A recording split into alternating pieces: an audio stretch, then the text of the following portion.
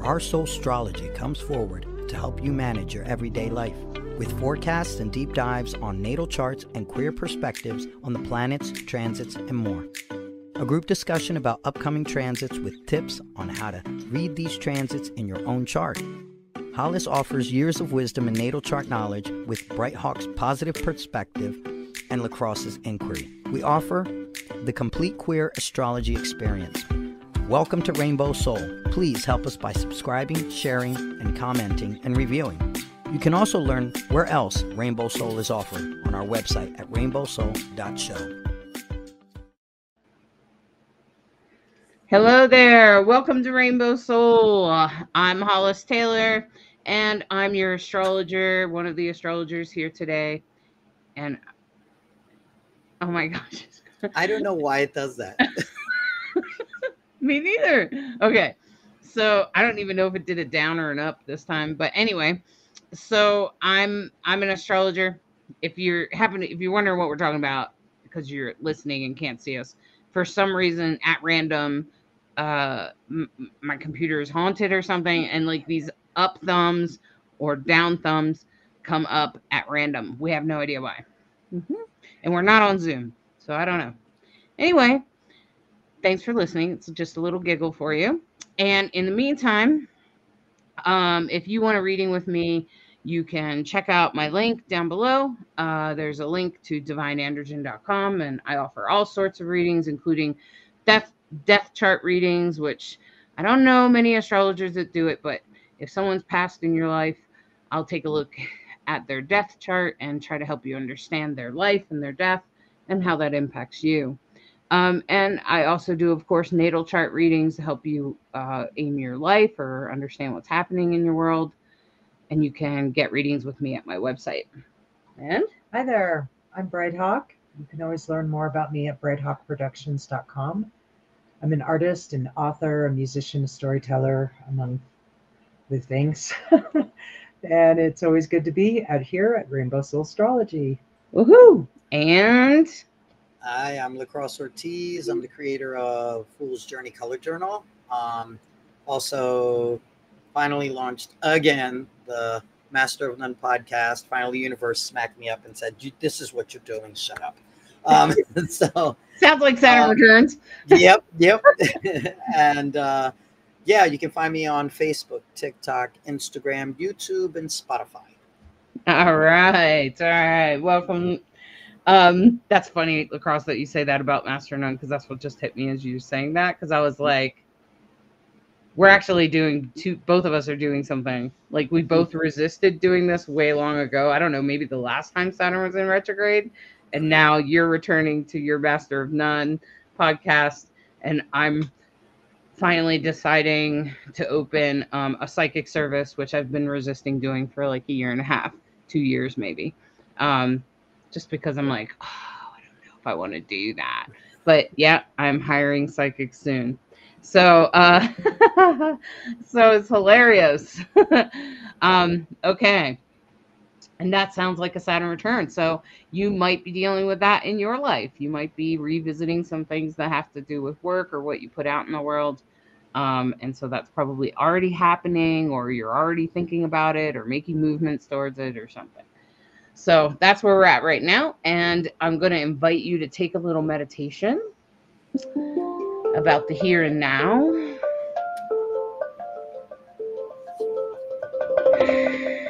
Just take a few deep breaths and allow the music to penetrate you and calm your system.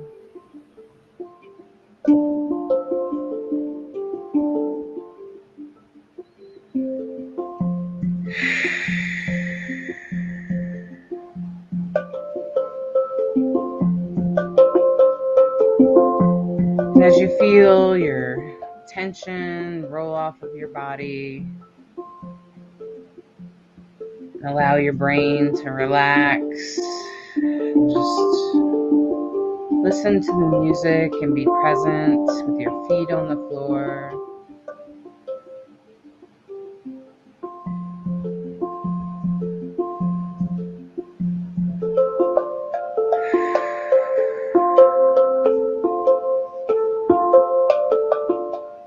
take this moment to imagine yourself underneath the night sky, with your feet on the ground, comfortably and safely. You look up at the beautiful, vast night sky, full of stars, and just the slither of the moon, dark moon.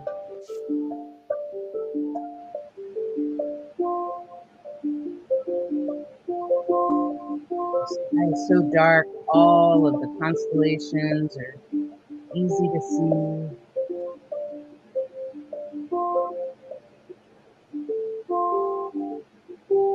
And one particular constellation, the constellation of Pisces,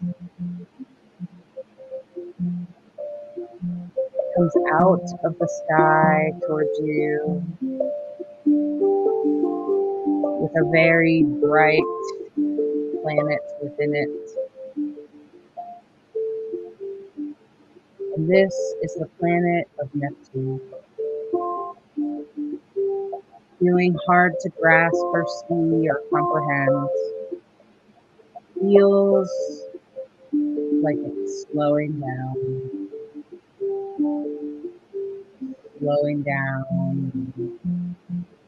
turning around, and going back.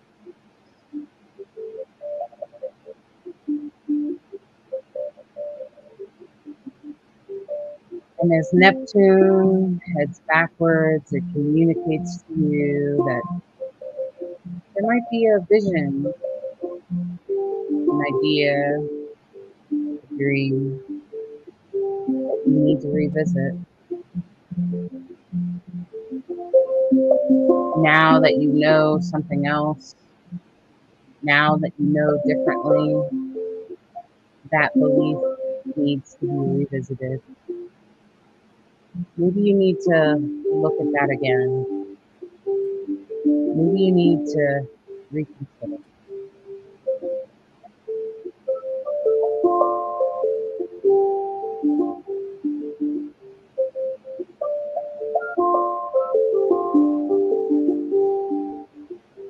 As you watch Neptune pull itself deeply out towards you, it reaches deep within you, into the waters within you, into the unconscious, subconscious, things you didn't even know that you thought of or felt in the past might come up, but only in an effort to clear the way. Right behind Saturn, Neptune follows in a retrograde pattern, hoping to bring the unconscious conscious, helping you to reconsider the vision, revision that dream.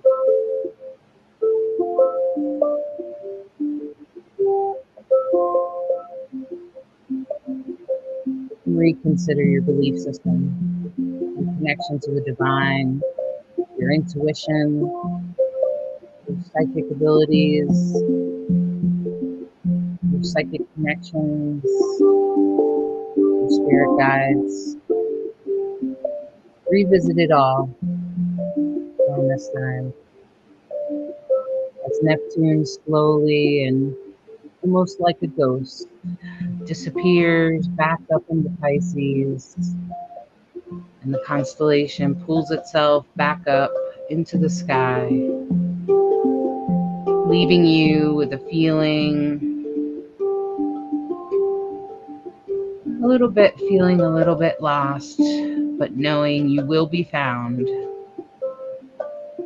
Not all who wander are lost. And as you wander into the new beliefs, the new thinking, the new visions, you can feel your bravery, your integrity, and your intentions.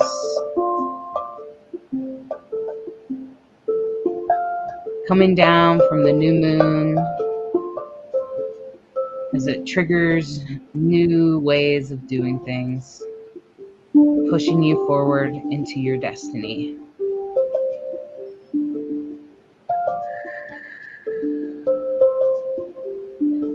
And now, as you come back into your body, you can have a smile of delight of knowing that you're doing just the perfect right thing. And your feet are flat on the floor. Your bottom is in the seat.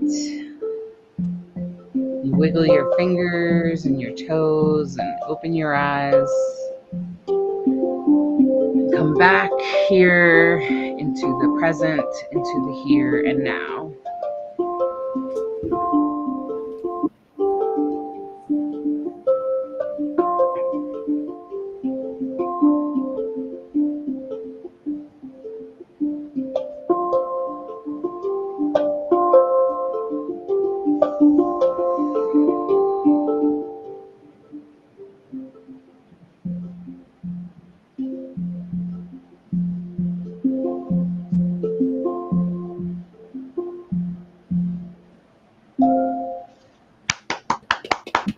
Bright Hawk? Well, Thanks. Well done. The hand pan is kind of Neptunian.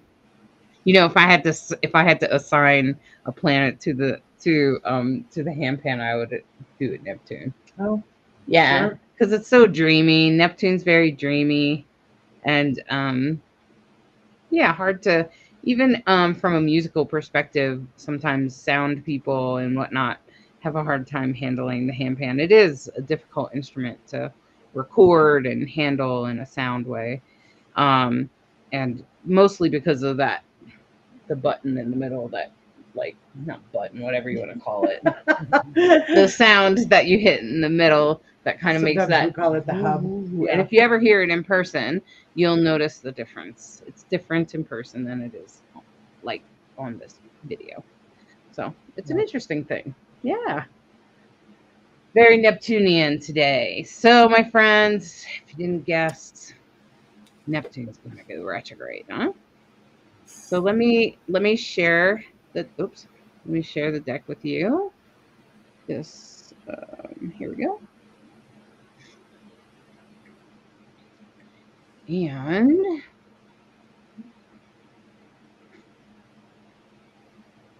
there we go. And perfect.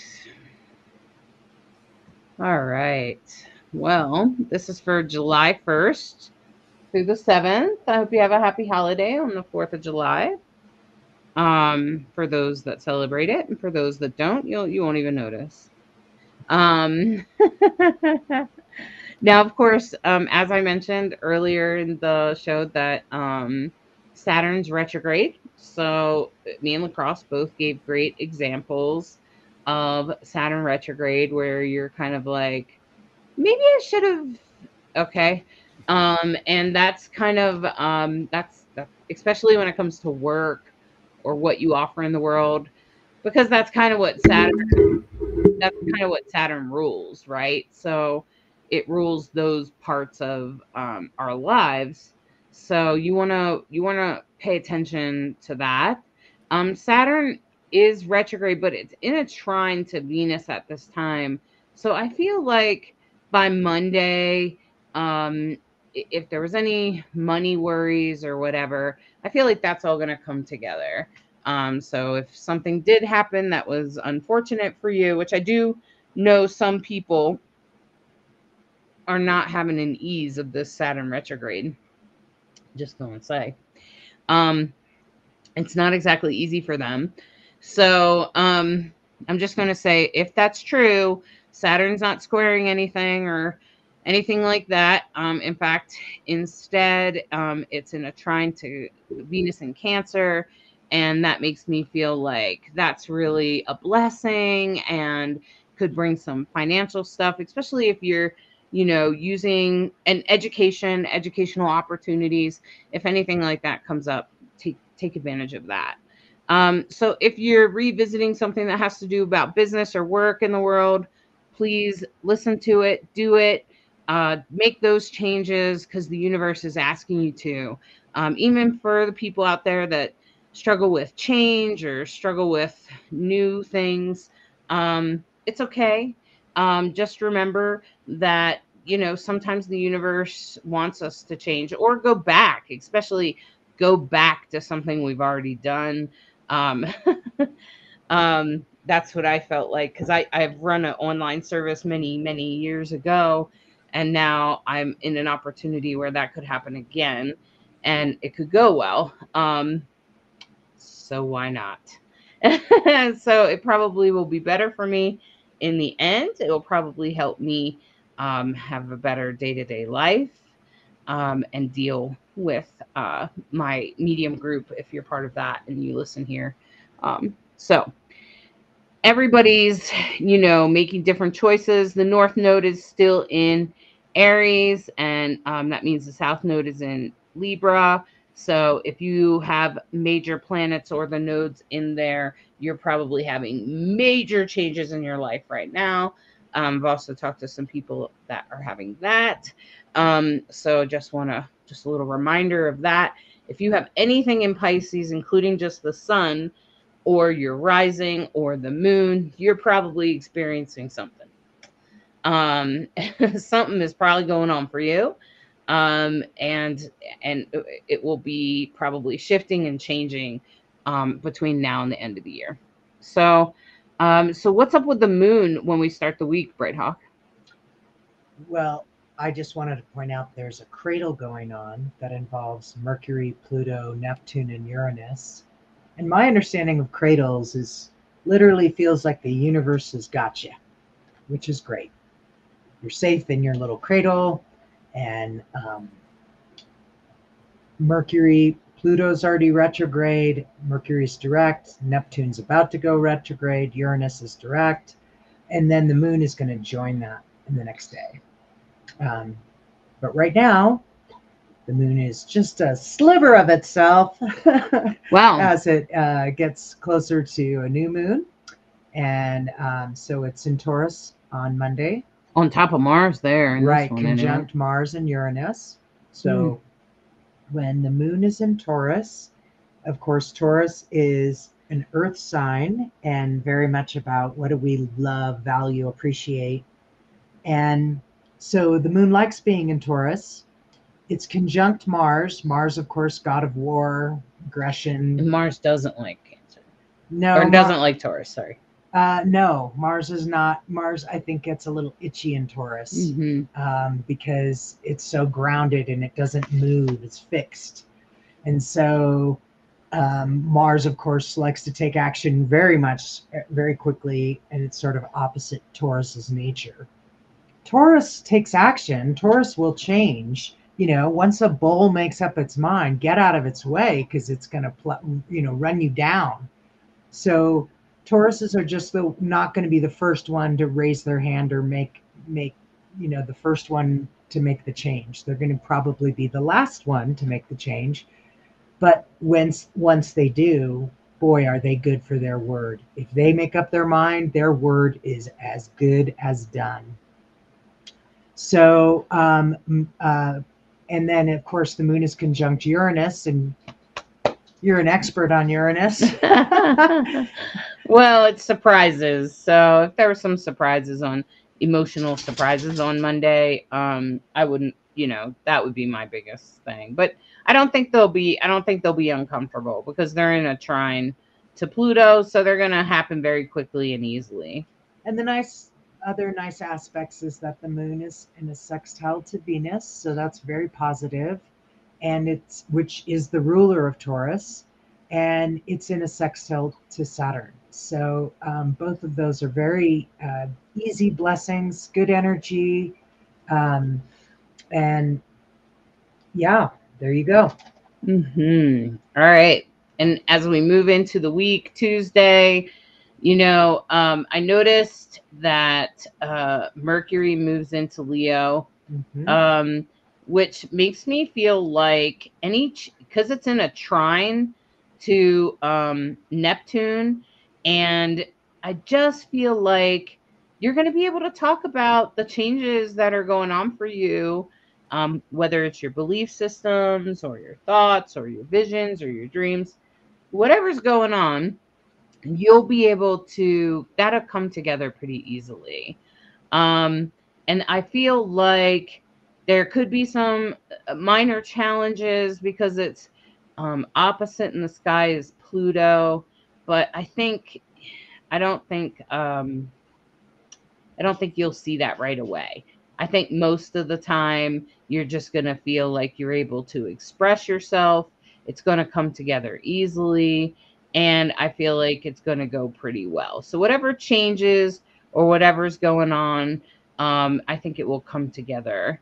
And is the moon? Oh, the moon's headed into Gemini, and Jupiter is still in Gemini, and it's in its fall there. It's in its detriment, sorry. And so that just means it's not as strong. That's what it means. It doesn't always bring good luck. I did find it interesting that Anne Ortley, and she was right. When Jupiter entered Gemini, it tends to right the wrongs, which I think is totally awesome. And that makes sense because of the way Jupiter is kind of like a judge and a jury, and tends to be very much about justice. And that's Sagittarius. Sagittarius is also very much about justice.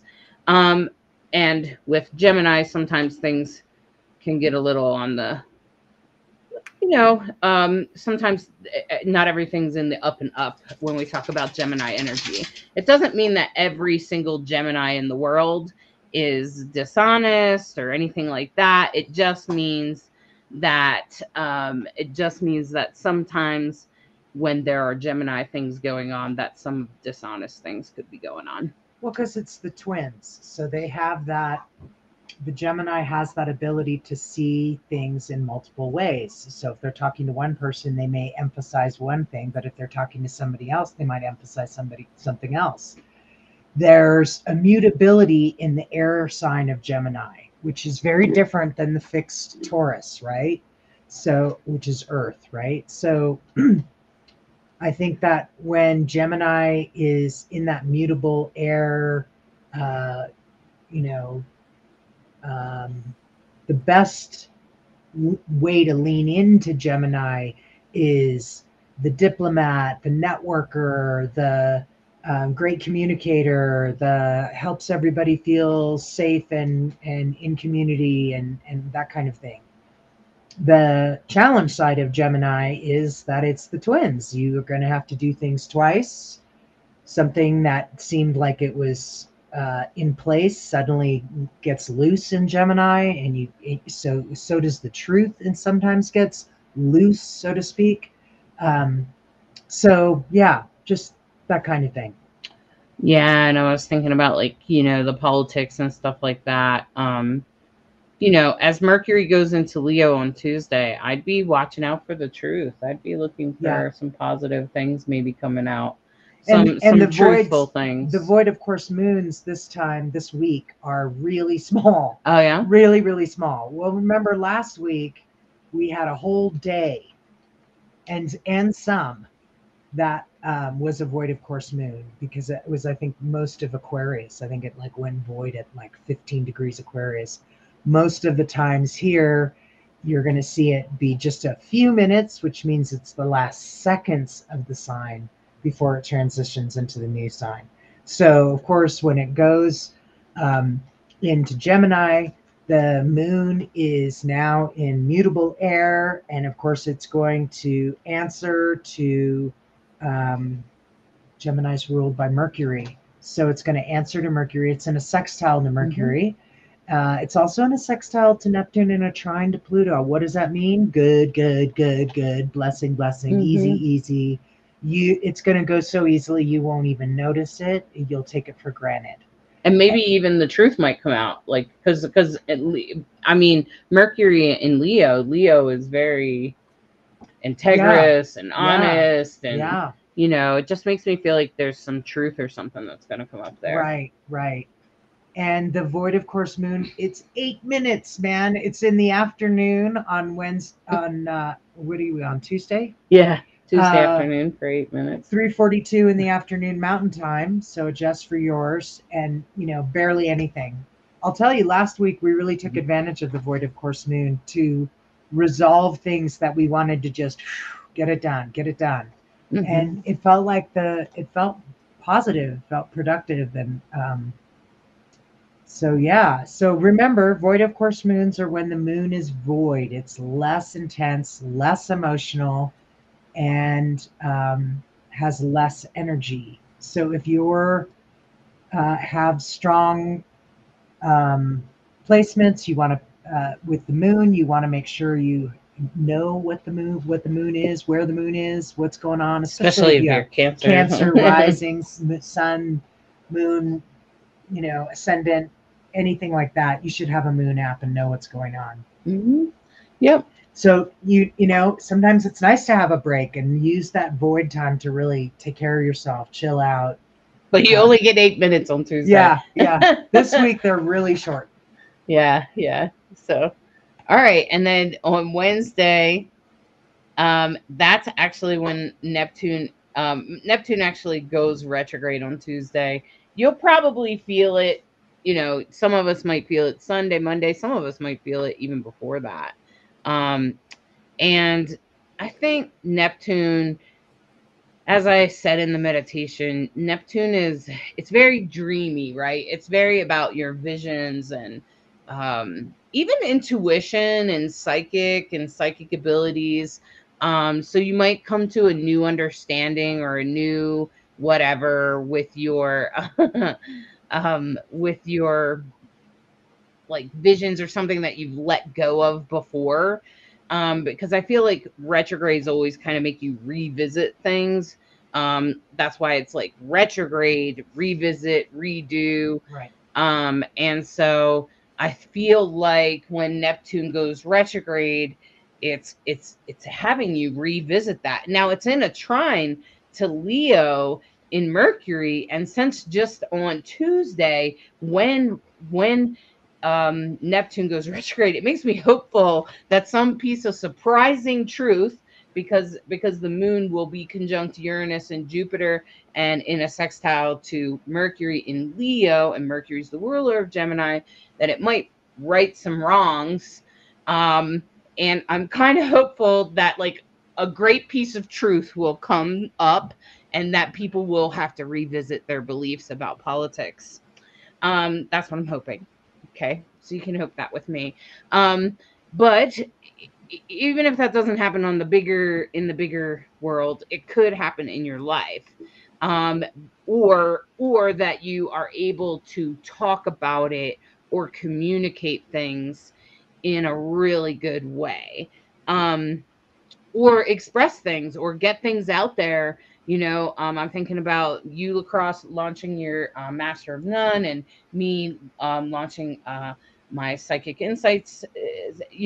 Next week, Tuesday, Wednesday, Monday, Tuesday, Wednesday, great days to do that because Mercury does rule the media, and that's a time to bring forth things that have good intentions and integrity and are honest, and with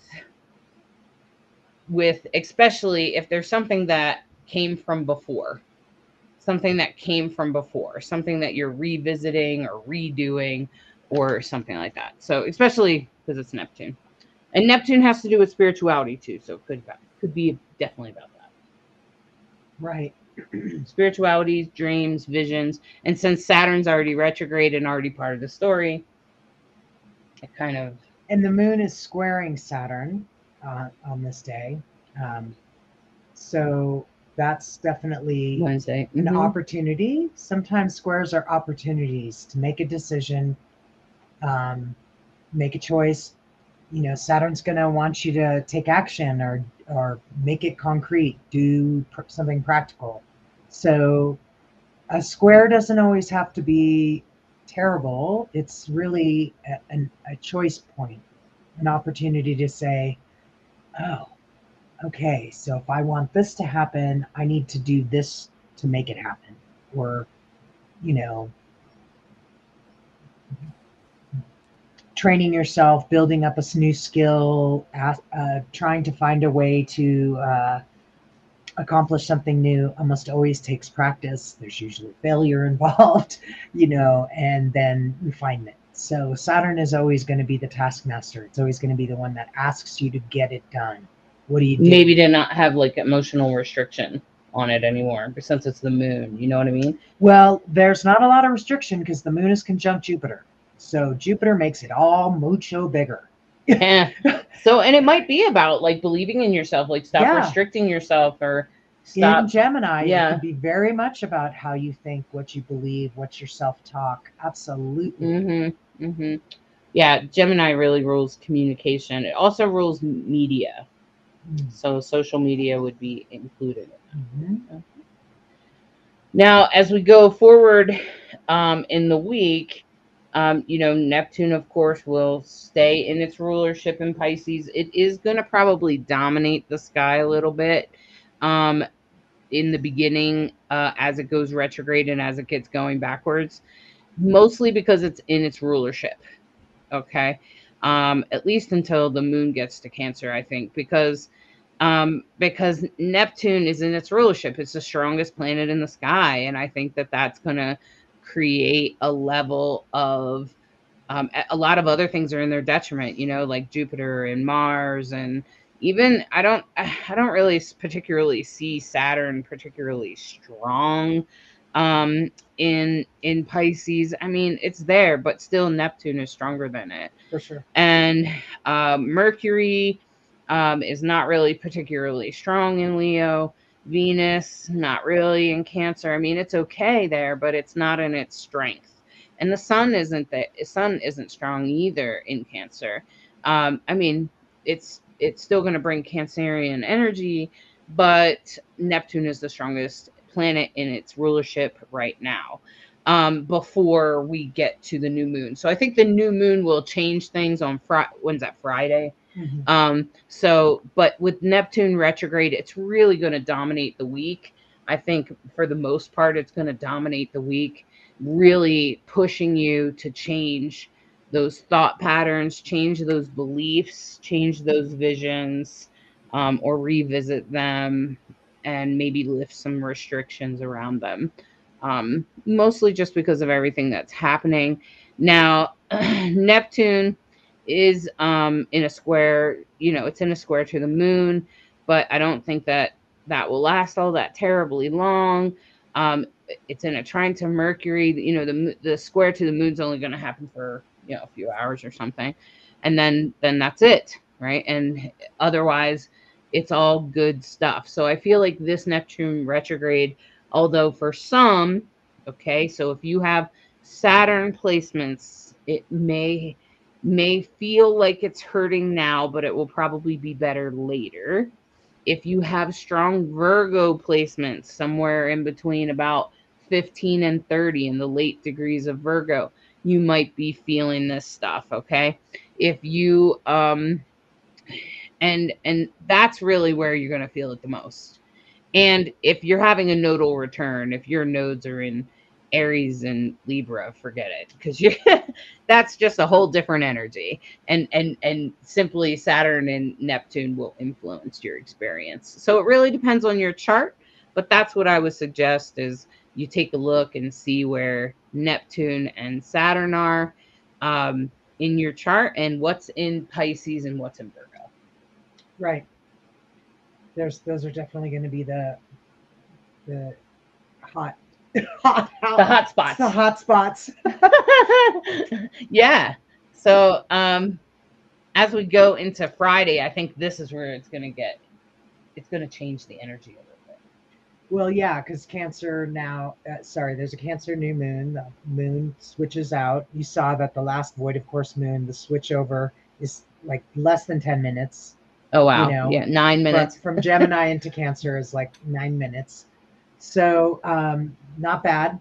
And of course, when the moon comes home to Cancer, it's home. Think about how you feel when you're home. You're more relaxed. You want to take care of yourself, maybe, do whatever makes you feel good when you get home, right? So the only thing that is happening is the thing that's been happening the better part of a couple of weeks now, I think, is the sun square the nodes. And now that the sun moon, obviously that's what makes a new moon, sun moon are conjunct.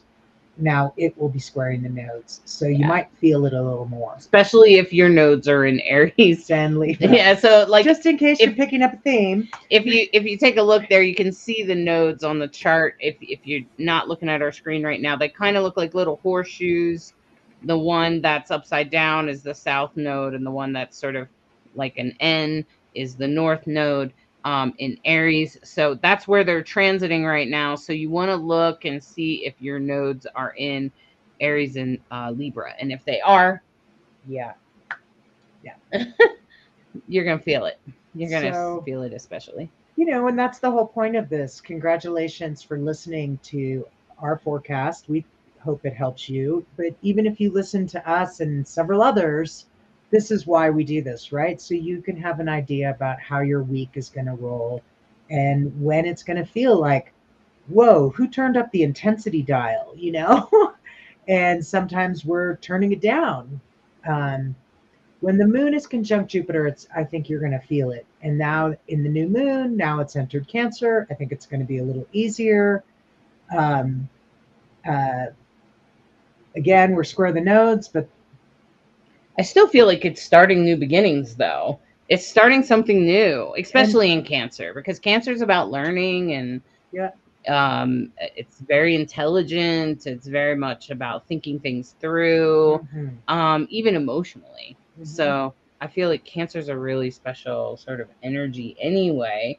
And then with the moon and the sun conjunct in Cancer with that new moon, and the new moon is about, starting new things. And so if you're starting something new because Neptune and Saturn have you revisiting beliefs and revisiting, what you're doing at work or what you're offering the world, well, then it all makes very much a lot of sense. Yeah. So, just it could be very easy for you, frankly. It could be easier than you think. That's what we hope for. It could be. Yeah. It's really going to depend on your chart. Yeah. So, and then on Saturday, the biggest thing that I noticed here is, of course, Mercury's still opposite Pluto, but I feel like because Pluto's retrograde, it's going to hide things that, you probably won't even, I'm not sure you're going to recognize it. And so Mercury in Leo is just moving out of that opposition while the moon moves into it, but still in Cancer. Yeah, so this is still the new moon. There could be some emotional change. There's a little frustrating, or there's something about power and control, or, it's an interesting thing that I have noticed with some of my transits with Pluto is that there are times that I'm like, am I being too controlling? Wait a minute, is that too right? Okay, so sometimes when you and I always find it fascinating that usually within 24 hours I see a meme that's like, the only people that have a hard time with your boundaries are the people that it was benefiting by you not having boundaries, right? Or something like that. And then you're like,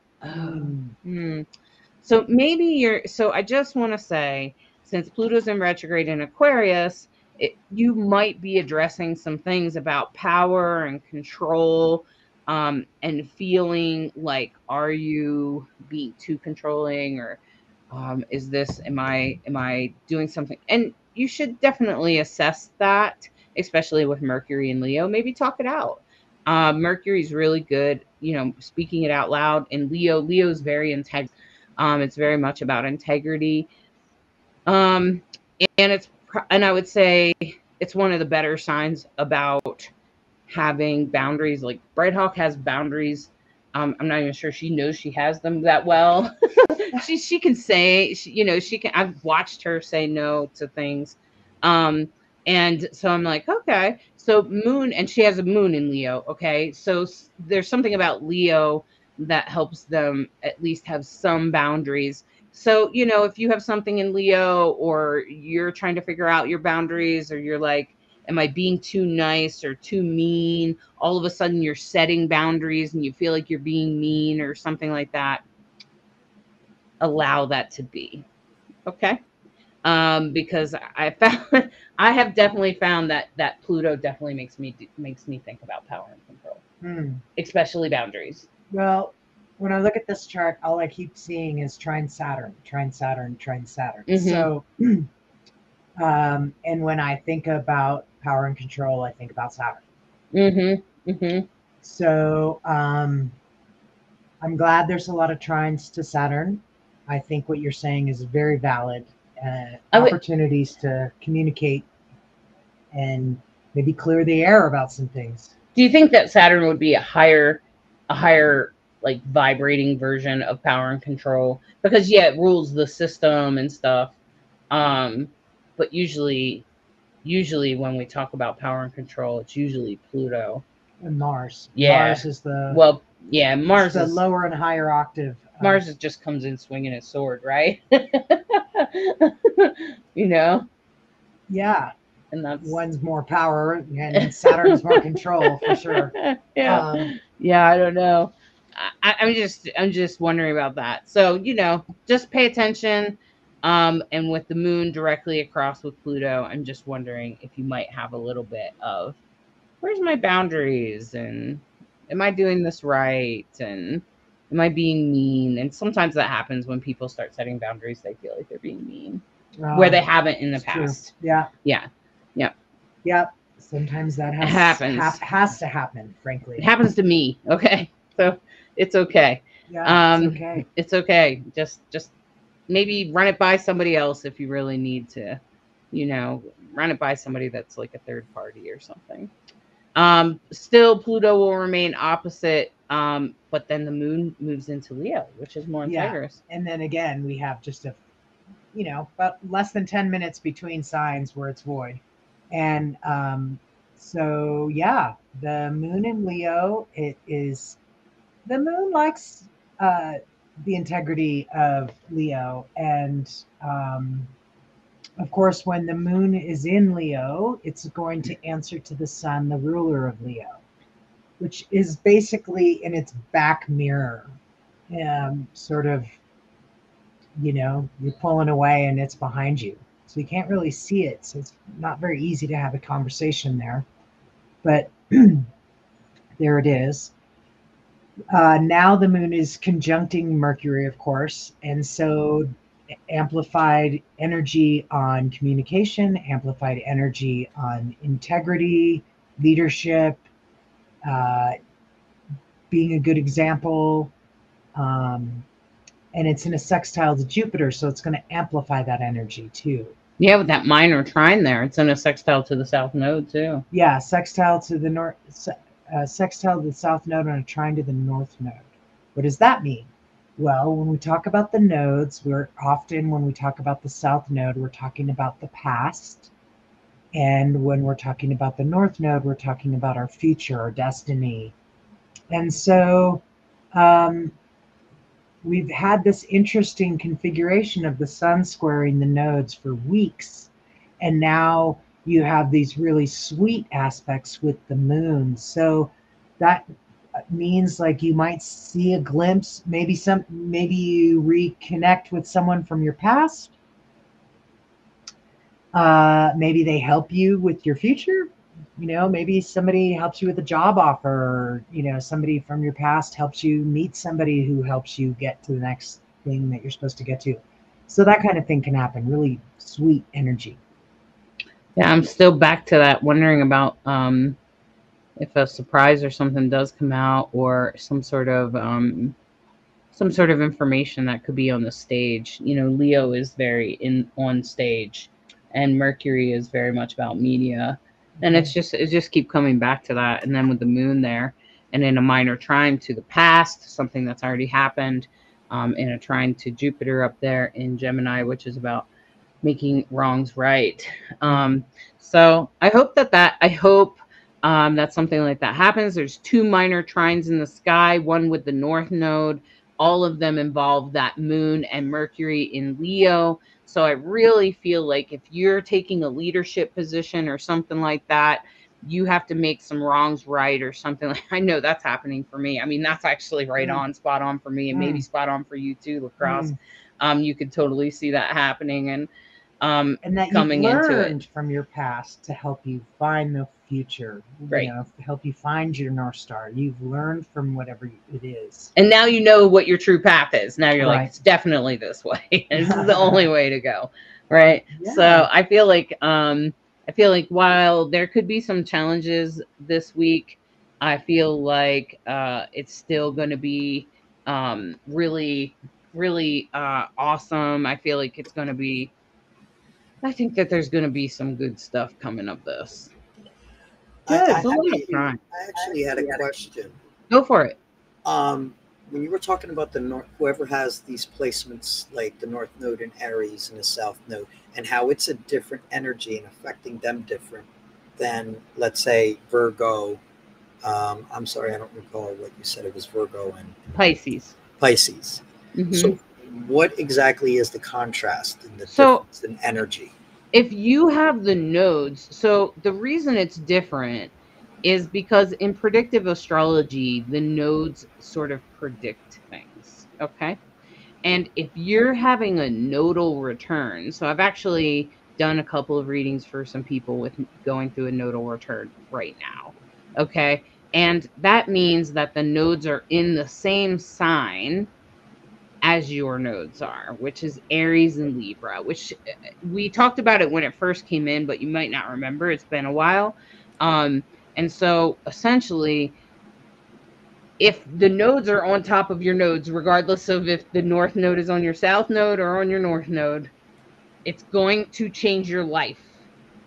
It's going to be changing relationships in your life and making you see independence differently, and vice versa. Okay, so it might just depend on how it falls and what else is in your chart and where the ruler of Aries is and where your Venus is and things like that. And that's where we get into a reading for someone. But really, the nodes, when they come back to wherever they are in your chart, when you have a nodal return, which I think is every like 13 years or something like that. Okay. It changes things. And I know people that are going through relationship changes, career changes, and things like that. It will depend on what house they're in. That will help you understand what part of your life, but you probably already know what's going on. It's already happening, and it might depend on the degrees. I noticed on my nodal return, which was actually just, and you had yours first because it was in like Sagittarius or something. And then it moved over into Scorpio and Taurus, which is where mine were. And I was like, okay. And I was having lots of health problems. And I had to change about a whole bunch of things about my lifestyle.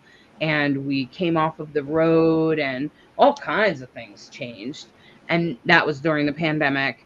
And then it moved over into Aries and Libra. And that's relationships. And Aries is about independence and leadership and strength and physical, like exercise and stuff like that. And Libra is more about relationships and collaboration and style sometimes, and beautiful things, harmony. The thing that can make it challenging is, remember that intensity dial I was talking about? Nodal returns are somebody took the dial and put it on 10, and suddenly you're like, what is going on? And the other thing that I've noticed with particularly with the nodes is their destiny. There's not a lot you can do. Yeah. You're just kind of hanging on for the ride and hoping to pick up clues along the way to help you figure out what your next move really needs to be. And Yeah, I you don't mean don't. to scare anyone. I don't mean to make it sound scary. It's definitely those moments in life where you feel like you're not necessarily in the driver's seat. Life is like, this is what you're dealing with now. And come on, we all have those moments. Mhm. And, there's not a questionnaire beforehand. So would you prefer, you know, Right, right. Yeah, but it's probably going to be something to do with like relationships or harmony and and that's why we, independence and strength and leadership. and that's why we look at the houses. It's really important for us to know not just the signs that your nodes are in, because if it's in Aries, Libra, okay, we're having the conversation, but knowing what houses those nodes are in is going to absolutely flavor how it impacts you and where it's going to be pushing in on it. Now, the interesting thing is, so I had the North Node in Scorpio in the first house and the South Node in the seventh house. So they're always opposite in the sky from each other. The South Node, of course, is in Taurus because that's the opposite of Scorpio. And it made me change my relationship, not sometimes with people, but mostly it was with like other things like food, which is ruled by Taurus. And it was because the North Node is in Scorpio, okay? But actually the nodes had switched. So the South Node was on my North Node, and the North Node transiting North Node was on my South Node. They kind of flipped. And so it made me revisit my relationship with food and my relationship with my body. And those are things that are ruled by Taurus. Absolutely. And it was pointing to old things because I also I was starting and getting deeply into menopause, perimenopause, which is something I'm not afraid to talk about. And it was in Scorpio. And so Scorpio rules the sex hormones and the sex parts. And so it literally stirred up my hormones to a point where I had to take care of me. I could not do anything for anyone else ever. And that did change my relationship a little bit with myself, if nothing else. And although Brighthawk was like, it's okay, I'll support you through this. This is really hard for you. I can see that. And I just want to support you, right? She was very loving, kind, and compassionate. It's still internally, I had to do some work about what I was responsible for and not responsible for, and that considering the fact that I was having health problems because of the hormones. Okay. So it was out of my control, but what was in my control was the ability to change those things and to shift my perspective and say, okay, I have to put myself first. Now, I think almost every person that goes through menopause hits that stage. You hit this point somewhere in your 40s, maybe 50, that you're like, no, fuck you. What do I say? I say in my 40s, my filter broke. In my 50s, so did my fucks. They Right. just when I hit 50, I said, "Look unto the fields, for what have I sown? I have no fucks to give." You know? Right. Because you have to, because I think it's because your health starts to become the center of your focus. And it's like, look, if you want me to stay here in this world, I have to deal with this shit. You know, and I know, LeKross, you have your own health things to deal with. I know, Brighthawk, you've been through this, and I've been through this. So I think it could mean stuff like that for you, you know. Um, and it's not that the nodes don't affect you, like me. Like, okay, so my nodes are in Scorpio and Taurus. Do the current transiting nodes still affect me? Yeah, they do. Now they're in my 6th house and my 12th house, my house of psychic and my house of health. And you know what? I've been working on a lot of exercise. Aries, Aries, Aries. Okay. And teaching myself how to exercise since I've dealt with the heart condition I was diagnosed with. And I'm also dealing with psychic stuff. Okay. So like that's the 12th house. So it really depends on what house it's into. Okay. Cool. So where are we at with the animals and the moon? Well, we're in woodpecker. We're still in woodpecker season. I found it interesting. You're talking about a lot of truth, a lot of truth. Um, Woodpeckers are known; their tongues are really, really long. But when it comes back in, it wraps around their head, and it really made me think about what here comes out through here. What truths are going to come out? And then us being woodpeckers, because it has a sticky tongue, whatever it grabs, it pulls back in and it goes right back into the head. So what truths are we going to take back and it really change our way of thinking? So to me, that really, really coincide with the woodpecker, because when they go to eat, it all comes out. They grab it and pull it back in. But the tongue is still stuck in the head, and it comes wrapped up back into the head, like up here. And I'm like, here they have this hard head. How are they protecting their tongue? Because they're like pick, pick, pick, pick, But I think it's really important that we realize what is coming out of our head through our mouth, what truths are coming, and what truths are we taking back in and putting in our head. And is it actually truth, or is it false, or whatever? It's really a time to have a lot of discernment as to what is true, what is truth, and what are we putting out and what are we bringing back in. So Yeah, that's fascinating. Because I was just wondering, I was thinking about the woodpecker. I was like imagining the bird, and I was wondering if they like spiritually, if they represent integrity. yeah, Because they have that big like crown. And I don't know, maybe it's just me, but I felt like that might be true. Well, I would believe it is true, because, well, there's over 150 different species of woodpeckers, but that one you're talking about, and if that's what you're visualizing for you, that is what it means. That is integrity. How am I? But also it's red, passionate integrity, being really, because, a lot of people, we talk about integrity, but how many people are really passionate about it? And that is their driving force, Yeah. That's really, yeah, I believe that is true. I think I had a campsite once and a woodpecker lived there.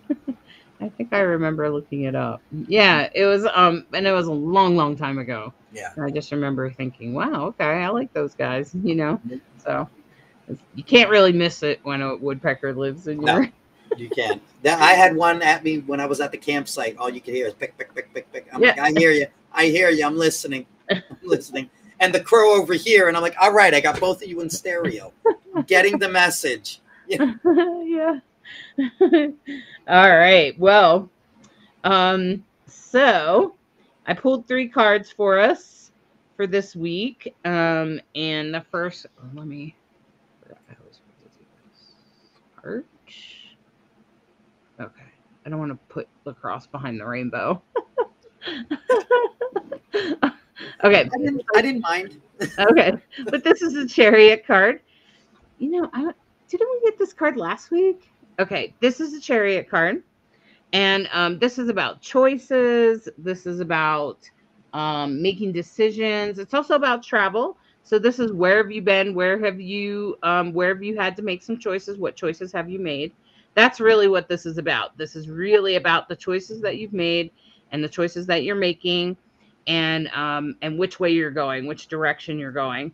That's really what this card is about. And it's a reminder from the past. And as we go forward, this is the here and now. And this is a very strong card.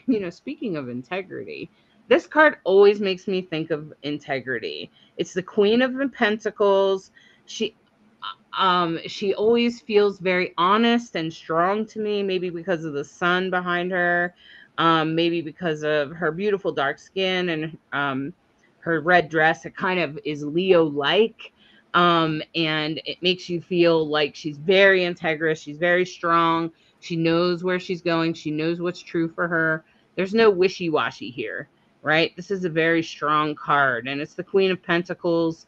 And it always feels like an integrous card to me. It feels like it's full of integrity, but it's also full of strength and direction and knowing which way you're going and having those resources in place to do those things. And that's exactly what this card is about. And then going forward, this is a great card. This is the Six of Wands. And this is about support. This is about having the support system in place. This is that people are going to rise to meet you. You have the support system. Bring it on. Do what your idea is. Follow your vision and dream, because the support system is there for you. And that's exactly what this is about. This is about having people that love and care about you, that want to see you succeed, that want to help you, that want to help things get better for you. So again, in the past, this is about the choices that you've made. Think about those choices that you've made and the places you've gone and the things you've done. That's exactly what the Chariot is about. It's definitely about choices, and it's about, going places and being there. And then this here is about strength and passion and being in integrity and knowing which way you're going and getting there. And that's what this is about heading forward. And as you go forward, just rest assured that you have the support that you need. People are there for you. They want to be there for you, and people will be sort of listening to you and supporting you and lifting you up, which, hell, well, we all could use some of that, eh? So Great reading. Yeah, that was great. That was a really great reading. yeah. Well, we hope you have a great week. Thanks for commenting. Let us know how it's going for you. Where are your nodes? Do you have your chart? Do you know where your nodes are? And those are those little horseshoe things. And if you only see one horseshoe, that's the north node. The south one is exactly opposite of it across the sky. yeah, for some reason, some softwares don't always include it, but I think it's vital information. Agreed. Definitely. All right. Well, thanks for watching Rainbow Soulstrology, where we try to be a bridge between you and the stars. All right. Bye-bye. For listening to this week's Soulstrology and subscribing, liking, sharing, and reviewing. We hope you enjoy this dose of Soulstrology and encourage you to embrace the week ahead with an open mind and heart so that you may integrate the deepest of lessons from the stars. Take a moment to step outside and honor the planets, stars, and moon in the sky with your heart. Integrate the messages that resonate and leave the rest for someone else. We deeply appreciate each and every one of you. Always remember that you are perfectly unique human with an exclusive star map of your destiny, your soul purpose, and your heart's desire. Thank you again for tuning in to Rainbow Soul.